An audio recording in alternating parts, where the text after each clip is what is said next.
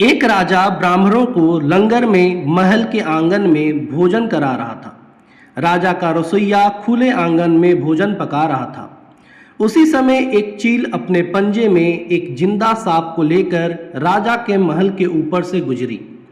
तब पंजों में दबे सांप ने अपनी आत्मरक्षा में चील से बचने के लिए अपने फन से जहर निकाला। तब रसोइया जो लंगर ब्राह्मणों के लिए पका रहा था, उस लंगर में सांप के मुंह से निकली जहर की कुछ बूंदें खाने में गिर गई। किसी को कुछ पता नहीं चला। फलस्वरूप वह ब्राह्मण जो भोजन करने आए थे, उन सबकी जहरीली खाना खाते ही मौत हो गई। अब जब राजा को सारे ब्राह्मणों की मृत्यु का पता चला तो ब्रह्म हत्या होने से उसे बहुत दुख हुआ।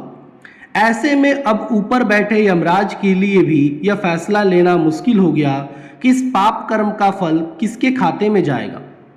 नंबर 1, राजा जिसको पता ही नहीं था कि खाना जहरीला हो गया है, या नंबर 2, रसोइया जिसको पता ही नहीं था कि खाना बनाते समय वह जहरीला हो गया है, या नंबर 3, वह चील जो जहरीला सांप लिए राजा के महल से गुजरी, या नंबर 4, वह सांप जिसने अपनी आत्मरक्षा में जहर निकाला। बहुत दिनों तक यह मामला यमराज के फाइल में अटका रहा, यानी पेंडिंग रहा। फिर कुछ समय बाद कुछ ब्राह्मण राजा से मिलने उस राज्य में आए और उन्होंने किसी महिला से पूछा, महल का रास्ता पूछा। उस महिला ने महल का रास्ता तो बता दिया, पर रास्ता बताने के साथ साथ ब्राह्मणों से ये भी कह दिया कि देखो भाई, जरा ध्यान रखना, वह राजा आप जैसे ब्राह्मणों को खाने में जहर देकर मार देता है।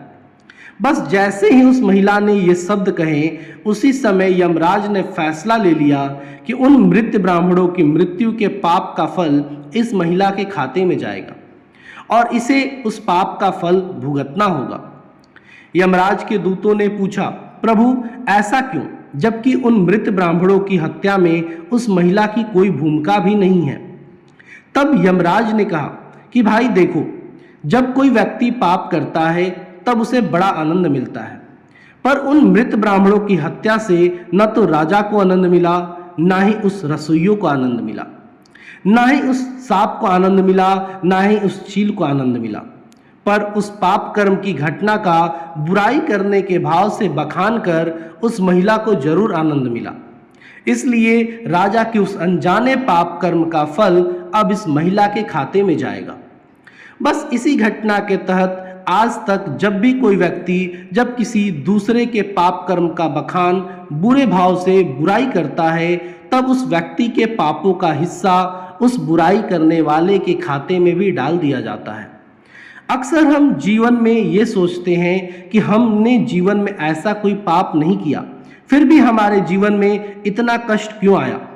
ये कष्ट और कहीं से नहीं, बल्कि लोगों की बुराई करने के कारण, उनके पाप कर्मों से आया होता है, जो बुराई करते ही हमारे खाते में ट्रांसफर हो जाता है। आपको ये कहानी कैसी लगी, कृपया कमेंट जरूर करें, और अगर आप मेरे चैनल पर नए हैं तो मेरे चैनल को सब्सक्राइब करके बेल आइकन को दबा दें। धन्यवाद दोस्तों। आशा करता हूँ आप भी किसी की बुराई नहीं करेंगे। धन्यवाद।